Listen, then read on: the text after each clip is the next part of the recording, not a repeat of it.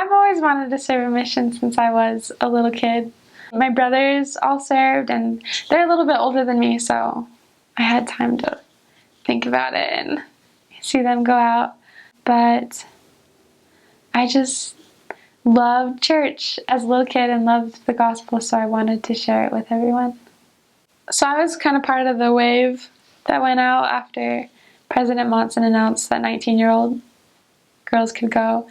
But I just remember like getting my call that night. I didn't know it was coming. And I was sitting at dinner talking with my roommate, and she like loved Japan, and her had like a family history of going to Japan on mission. So she was like, oh my gosh, like you're gonna go to Japan. Like what if you went? And I was like, no, like I'm not going there. It's way too hard. Like the language, the food, like I didn't like fish. And then like I was like, I'd rather go to Africa. And then on my call, like an hour later, I'm like, oh my gosh, I'm going to Japan. So I was like freaking out, but I was super excited, and just, I knew that the Lord knew me. Like, it was just perfect. Man, I loved it. I loved it so much.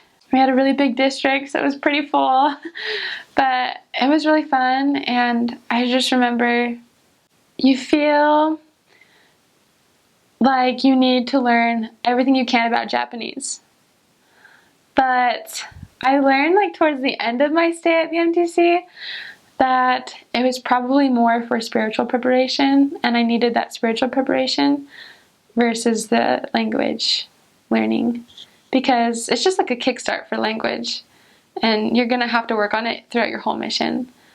But really, like, just enjoy and take advantage of the MTC, because you don't really get that like personal spiritual preparation the same way again. It'll be different in the field.